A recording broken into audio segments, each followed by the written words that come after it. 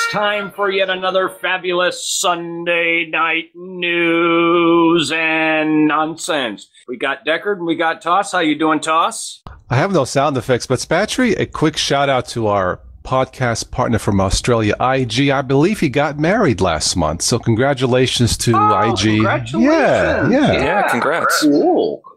How you doing, Deckard? Not too shabby. How about you? Oh, Well, that's our show, yeah. folks. We'll catch you later. Goodbye.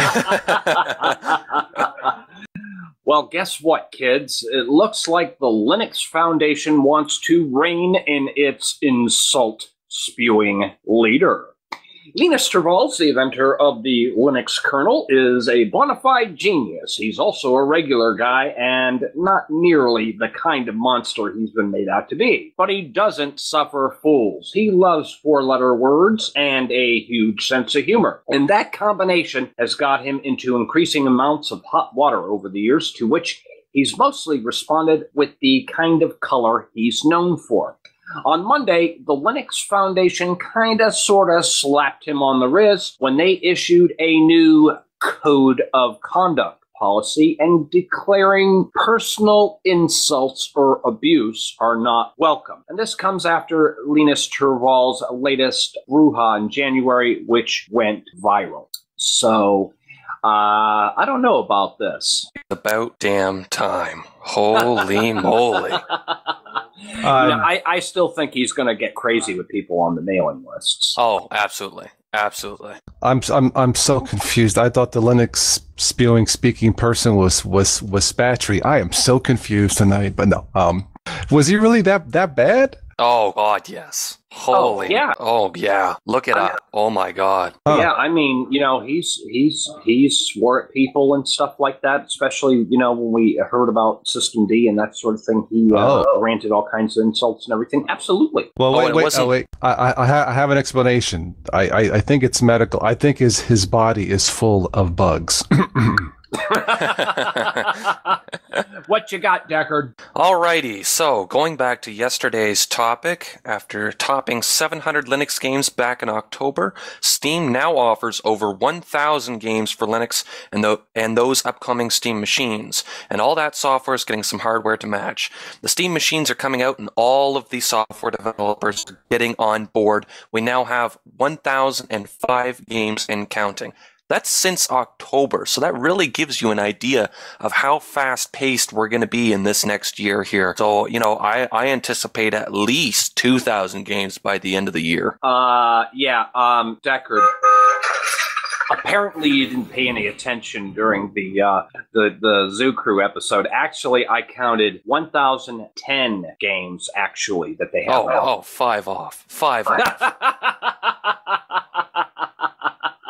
I know. I'm a bad man. What you got, Toss? Well, I too have some Steam news, and I have a question for you guys too regarding this, but I guess towards the end of this year, the Steam boxes will be officially available. But guys, I have a question. These Steam boxes, the price, if I saw the pricing correctly, will start at $500 up to thousands of dollars. Now, if the Steam boxes are partly there to promote Linux games, how is this going to compete with a $350, Xbox One or the Sony PlayStation if they're kind of like higher priced? How is that going to work? Well, if you consider this, these are actually PCs. And these are gonna, you'll be able to swap out components out of these things. So if you want to upgrade the graphics, you can do that. PC. You've built your own computers before, so you know how modular they are. If you want to upgrade something, you just pull the card out, put it in a new one. Okay, so these PCs will run both Linux and Windows games? Actually, I think they're going to be designed to run just Steam OS. Yeah, it's going to be just Steam OS. But, as history has proven, just because a product is far superior doesn't mean that people are going to be willing to pay the hefty price tag. Yes. And not only that, but because it's using a Debian-based distribution, and we've already seen videos on YouTube where people have enabled repositories, it wouldn't surprise me if somebody were to install Play on Linux on their Steam machine and then start running Windows applications through Wine. You could do that theoretically. Okay, I guess time will tell. All right. Well, let me see what is next in here. This is interesting, and this comes off the ZDNet website. No reboot patching comes to Linux 4.0. With the new Linux 4.0 kernel, you'll need to reboot less often than ever. Now, with Linux 4.0, you may never have to reboot your operating system again. And one reason to love Linux on your servers or in your data center is that you seldom need to reboot it. True, critical patches require a reboot, but you could go months without rebooting. Now, with the latest changes to the Linux kernel, you may be able to go years between reboots. This is actually a feature that was available in Linux in 2009 thanks to a program called ksplice. The program compares the original and patched kernels and then uses a customized kernel module to patch the new code into the running kernel. Each ksplice enabled kernel comes with a special set of flags for each function that will be patched. The ksplice process then watches for a moment when the code or function being patched isn't in use, and ta-da, the patch is made and your server runs on. Now, apparently, Oracle acquired ksplice in 2011.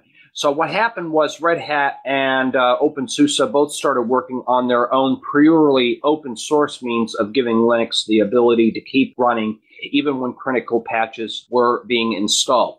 Now, we had a discussion with this here at Cup of Linux with some people, and we all speculated this is probably going to be something that people are going to run on their servers, but not really so much for the desktop user. Yeah, I really only see this being a server thing. But to really put this into perspective for people that don't know, think about Google running this sort of software. One machine goes down, that could be thousands of dollars per second that they're down. If they don't have to reboot for, a few years, that's absolutely incredible.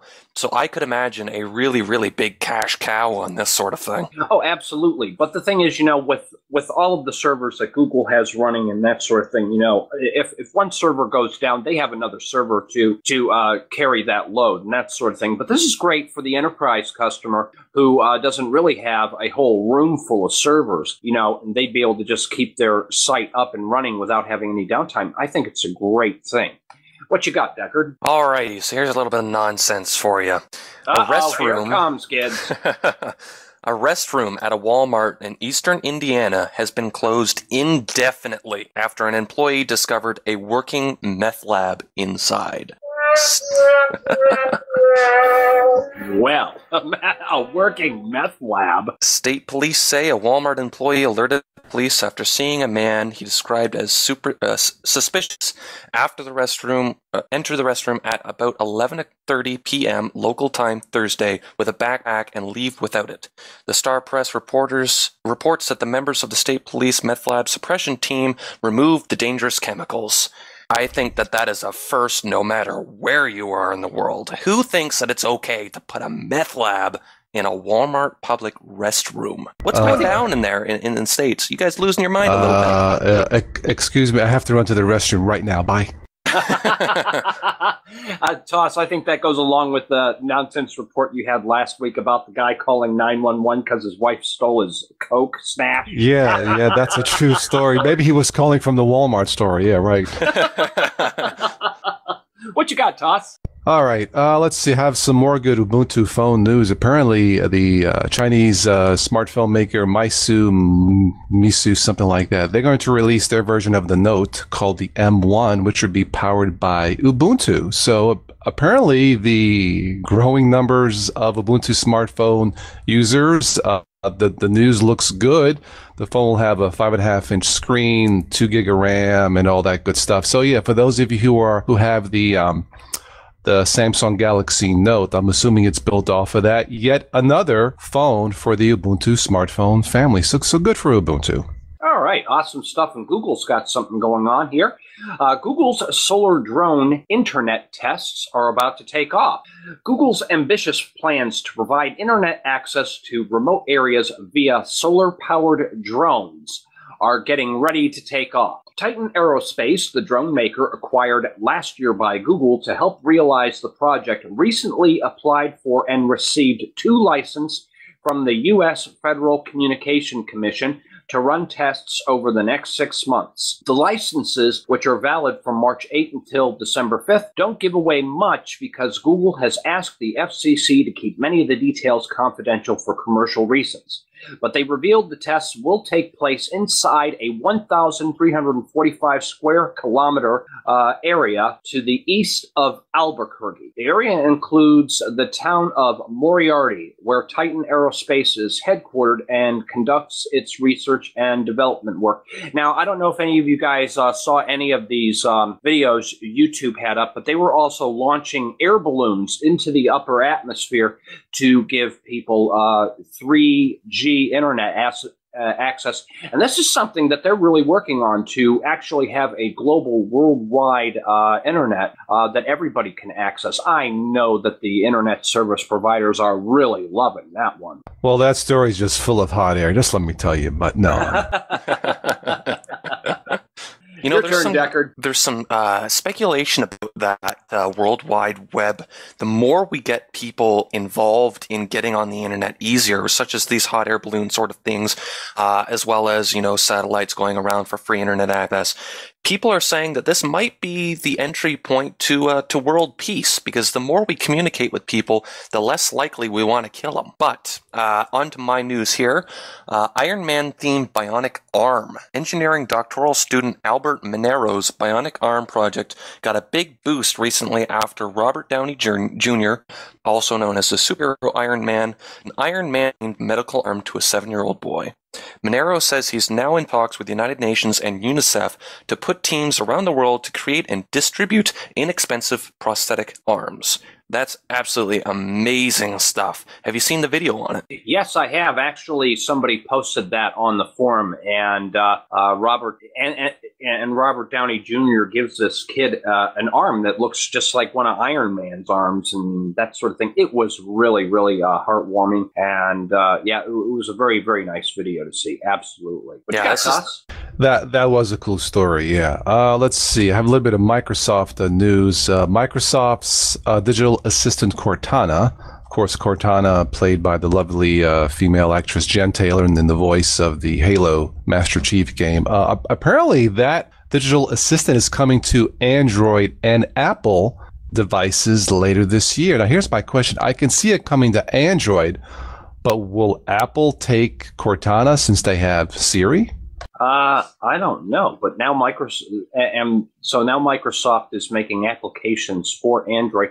So then again, you know, when Linus Torvalds says, you know, if the day that Microsoft starts making software that runs on Linux devices, that means I've won. So yeah, that's kind of cool. Yeah. Well, you know what's interesting about Microsoft is, you know, back in the day, they were really software kind of people. They didn't really dive into the operating system stuff so much. They were language developers and so on. Then they turned out to be, you know, the great big Windows people. And as soon as you think Microsoft, you think operating system. But it seems to be more and more that they're going back into their roots and to just doing software-related things like porting Cortana to Android and such. In my mind, though, you know, Cortana on Apple, that's going to be a huge flop. But also in my mind, Cortana in general is going to be a big flop. So I don't know so much about that. I think you may be right as far as Cortana, because Apple started it with their own Siri. I don't think it'll be a flop on the Android, and I don't think it'll be a flop in Windows 10. I've been testing it. Now it is a beta. It seems to work. I think it'll be fine, but I just don't see it coming to Apple because they just don't need it.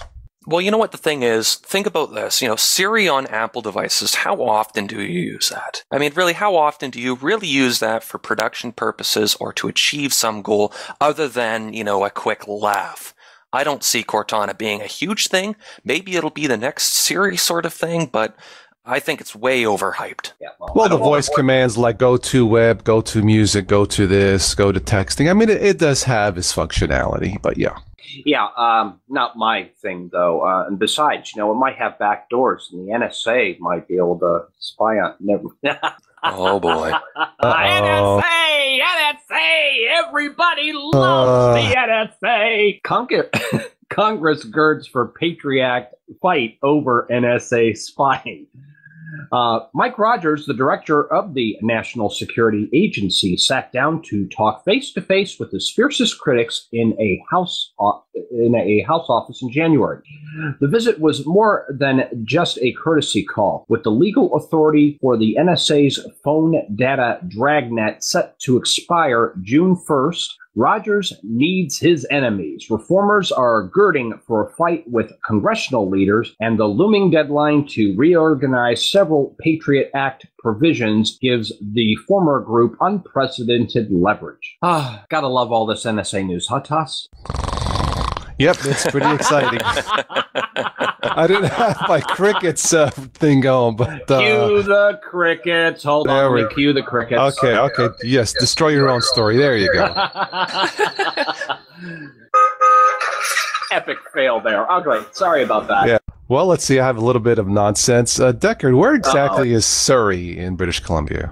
I honestly couldn't tell you. Well, apparently there was a police chase giving chase on a man on a motorcycle through one of your malls.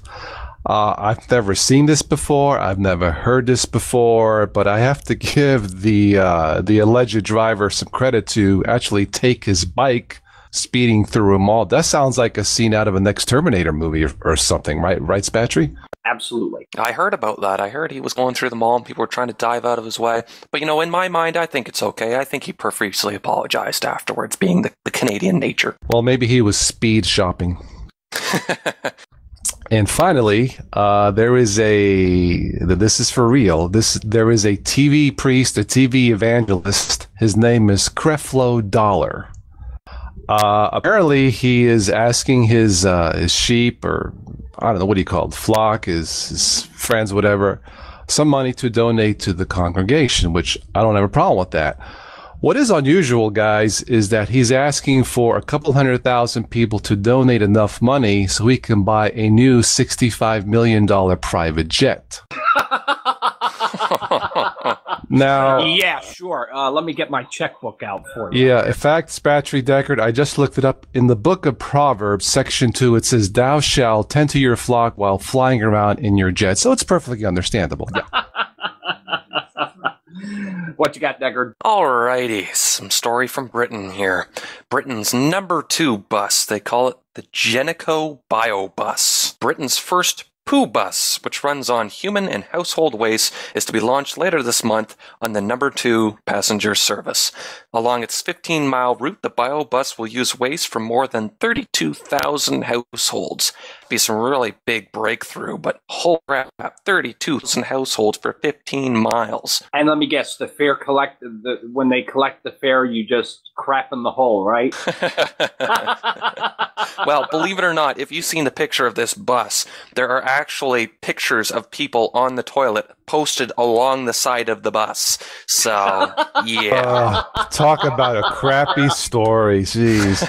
Oh, hey, let's get a little bit more momentum on this one, all right? Your farts could tell your doctor about your digestive health. Yeah, this is from Popular Science, actually. The quantity and diversity of bacteria that populate the human gut is truly mind-boggling. There are over 10,000 species of microbes, and for every human gene in your body, there are 360 microbial genes. Researchers are just starting to understand the importance of these microbes to our digestion. In an editorial published in Cell Press, a team of Australian researchers argue that doctors should be spending more time analyzing patients' gaseous byproducts, you may know them as farts, to better understand their digestive health. And apparently what they've got here is some diagrams, and apparently they've got this like micro pill or something that you swallow, and then they can, read all this information in a computer. Kind of weird, actually. I don't know what else to say to that, except I'll just hit the button.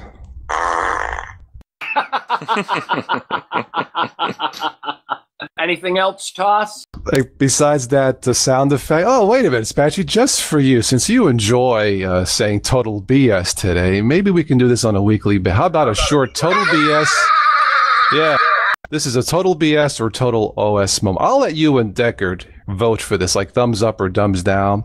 But here it goes, real quick. My computer chair broke, and after 2 years, I was really upset. But I fixed it with a piece of PVC plastic tubing, a 4.5-inch piece, cut it down to size, inserted it on the little, not the pump, but the piston rod that adjusts the chair, because I had that sinking feeling, as it were. I inserted that in, put the chair back together, and now my chair does not sink anymore, at least now. So is that a total BS story, or is it a thumbs up, meaning a total OS story? Actually, I think that's probably a pretty darn good idea. I know what you're talking about. Yeah. Yeah. Where you sit down in the office chair and they kind of sink up and down, that sort of thing, and using a piece of PVC to prevent that from happening. Yes. I think that, I think that would actually work very well. Yeah. There was like a leak in the fluid or the gas. It was kind of strange. I went to my local Lowe's store. Quick shout out to the gentleman at Lowe's. Very helpful. When I told him what I was going to do, first he showed me this 10-foot pole of PVC. I'm like, well, I suppose that'll work, but I didn't want to buy a rocket launcher. Then what I said it's for my chair. He says, wait, a chair? And then I told him, oh, well, let's just get this like 12-inch piece and then we'll cut it down the size. So he was very helpful. It didn't take that long, and it worked. So there you go. Yeah, that's a total thumbs up from me. Yeah, I'll give you a thumbs up on that one, too. And, of course, I assume you, coated it with some Kilt's primer and then sprayed it so that it matches and everything, right? Of course you did. Yeah. Of course, I put a little bow and a ribbon on it. Yeah, it smells great. Yeah. All right, good one. Anything else, Deckard? All righty. Naked man set fire to house and knocked on doors to find his next wife. Alex Chambrello calls himself Lucifer from hell and went on a wrecking spree in a bid to find his next wife. Another story from the UK. Wonderful gentleman here, all tattooed up, got piercings all over the place. Apparently was running around setting fire to people's houses trying to find his next wife. Yeah. Don't do drugs, kids. Don't do drugs. I think that was a scene. Don't do drugs. Drugs are bad.